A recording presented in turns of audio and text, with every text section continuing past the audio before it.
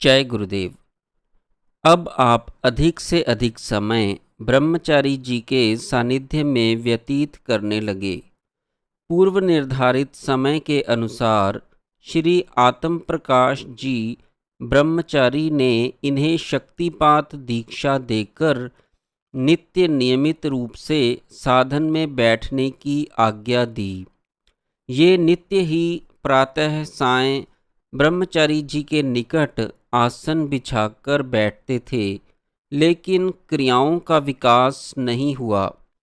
धीरे धीरे 1 मास होने आया, परंतु शक्ति जागरण के लक्षण प्रकट नहीं हुए। अब तो दया बड़े ही चिंतातुर हुए, बड़ी आशा लेकर आए थे। श्री शरत जी ने बड़ा आश्वासन दिया था, परंतु यहाँ तो कुछ नहीं मिला। भगवन, मेरे भाग्य में क्या है? मैं कितना पापी नराधम हूँ कि जहाँ जाता हूँ निष्फलता ही हाथ लगती है। ना जाने मेरे कौन से पाप उदय हुए हैं। इसी चिंता में खिन्न रहते थे कि एक दिन अर्धरात्रि के समय हलवाई की दुकान पर इन्हें एक वयोवृद्ध महात्मा के दर्शन हुए। उन्होंने कहा, अरे योगी, कहाँ फिरता है? क्यों व्यर्थ की चिंता करता है? तुझे योग सिद्ध होगा और तू महान सिद्ध योगी बनेगा, परंतु यहाँ नहीं। अभी तेरा समय नहीं आया, पर अब आने वाला है।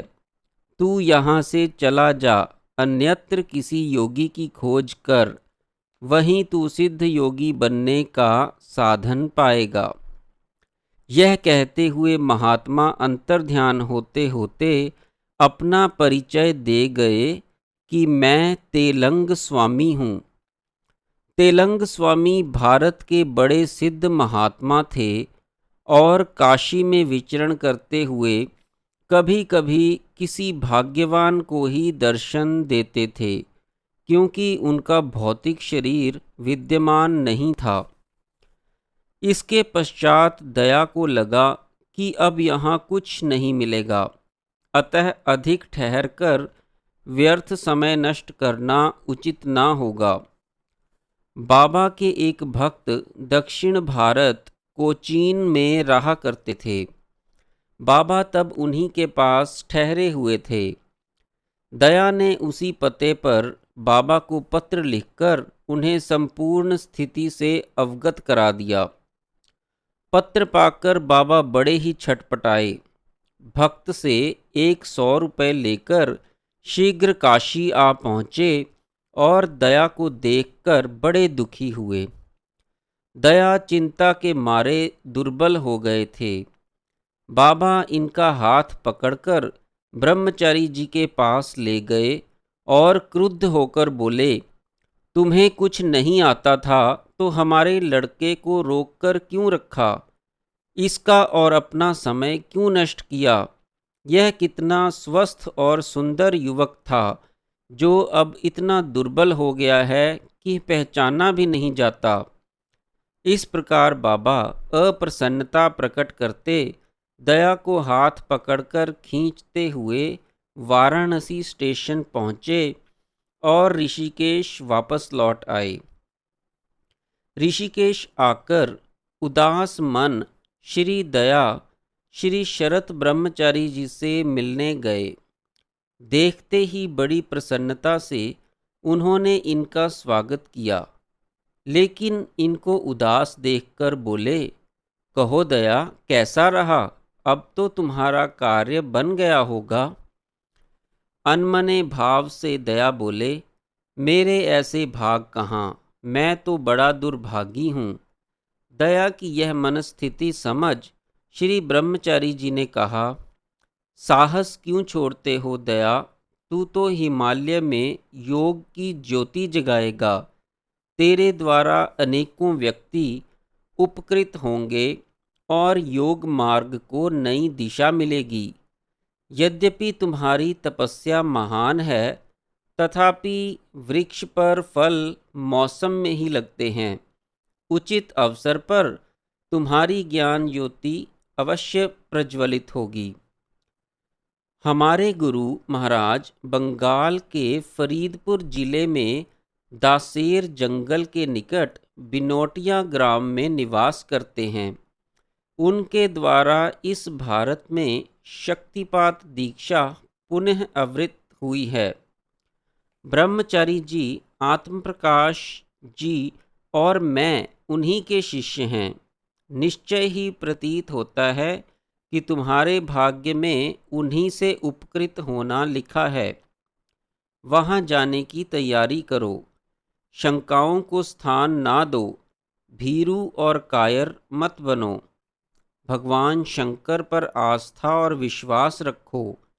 गीता का मत है, श्रद्धावान लभते ज्ञानम, अतः अनास्था त्यागो। इस प्रबोध से हमारे चरित्र नायक में फिर से उत्साह उमड़ा और नवीन प्रेरणा मिली।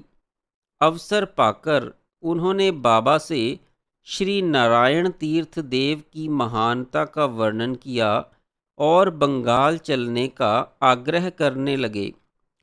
दया के लक्ष्य के प्रति सतत जागरूक एवं कृत संकल्प बाबा यह सुनकर उत्साह बढ़ाते हुए बोले, दया, तेरे लिए मैं सब करने को उद्यत हूँ।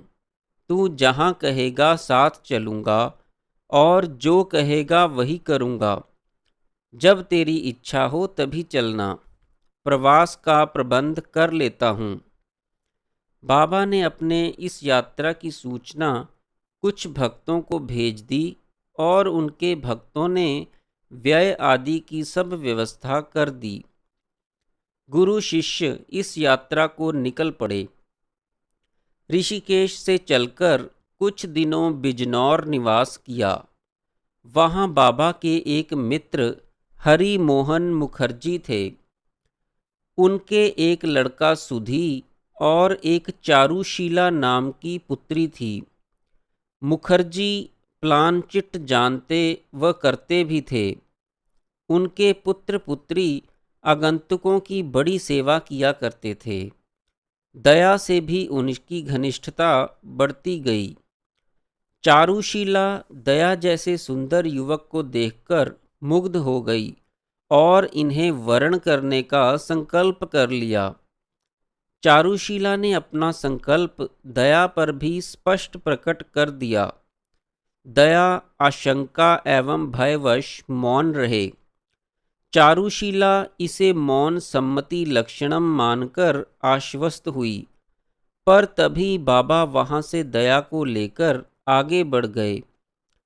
बाद में पता चला कि चारुशीला ने दया द्वारा प्रदत्त इस आघात से अपमानित, व्यथित एवं लोकलाज से भयाक्रांत होकर अपनी यह लीला समाप्त कर ली। बिजनौर से चलकर कुछ काल धामपुर निवास किया। दया अध्ययनशील और ग्रंथ प्रेमी तो थे ही।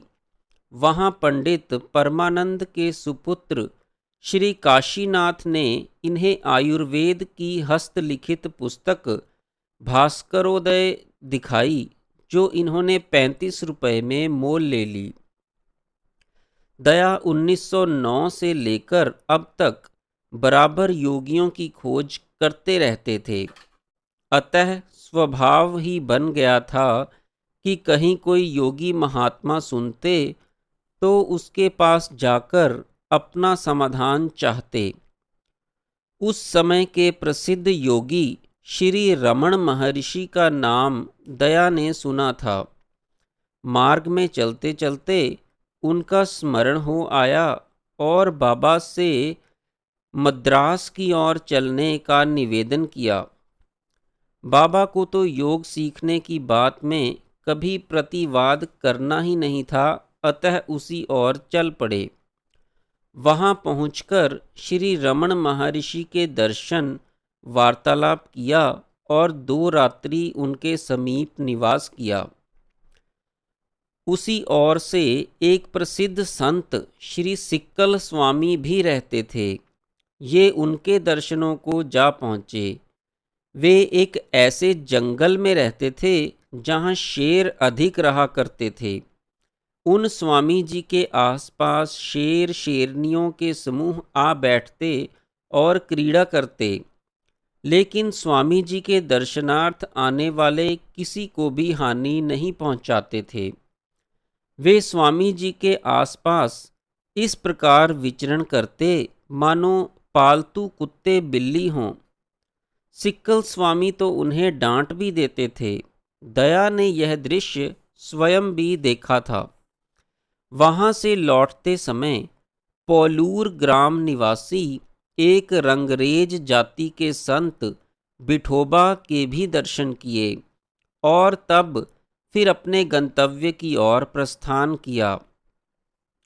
भ्रमण करते करते कई मास व्यतीत हो गए तो बाबा को वृंदावन जाने की इच्छा प्रबल हुई। बाबा ने लौटने का आदेश दिया। संभवतः अभी लक्ष्य प्राप्ति का अवसर नहीं आया था, अतः गंतव्य के विपरीत वापस लौट पड़े। बाबा को वृंदावन छोड़कर दया ऋषिकेश आकर पुनः अपनी साधना में लग गए। सन 1918 का माह भाद्रपद प्रारंभ होते ही बाबा भी वृंदावन से इनके पास ऋषिकेश लौट आए। सावन भादों क्वार का मौसम मलेरिया ज्वर का तो होता ही है, उस पर भी ऋषिकेश में तो इसका भयंकर प्रकोप रहता है। बाबा को इन्फ्लुएंजा हो गया और वे निराहार रहने लगे। उनको तीव्र ज्वर चढ़ता, घबराहट होती तो दया अत्यंत दुखी होते। निराहार रहने के कारण 3-4 दिन के पश्चात ही बाबा नितांत अशक्त दिखने लगे। दया अनन्य गुरु भक्त थे। उनसे बाबा की यह हालत देखी नहीं जाती थी। हर समय सेवा में उपस्थित तो रहते ही थे, साथ ही सोचा करते कि बाबा भूखे रहते हैं और मैं भरपेट खाता हूँ। एक बाबा हैं जो कभी मेरे बिना भोजन नहीं करते, मेरे लिए तो चोरी तक भी करके जो वस्तु मुझे अधिक प्रिय थी उसे कपड़ों में छिपा लाते। भोजन के 2 बराबर भाग करके भी अपने भाग में से कुछ निकाल कर मुझे खाने को देते हैं, और एक मैं हूँ जो भोजन कर रहा हूँ और बाबा भूखे पड़े हैं। राम राम, मैं कितना अधम, कितना पतित हूँ। दया का चित्त ग्लानि से भर गया। निश्चय किया कि जब बाबा अन्न ग्रहण करेंगे तभी मैं करूँगा, और स्वयं भी उपवास करने लगे।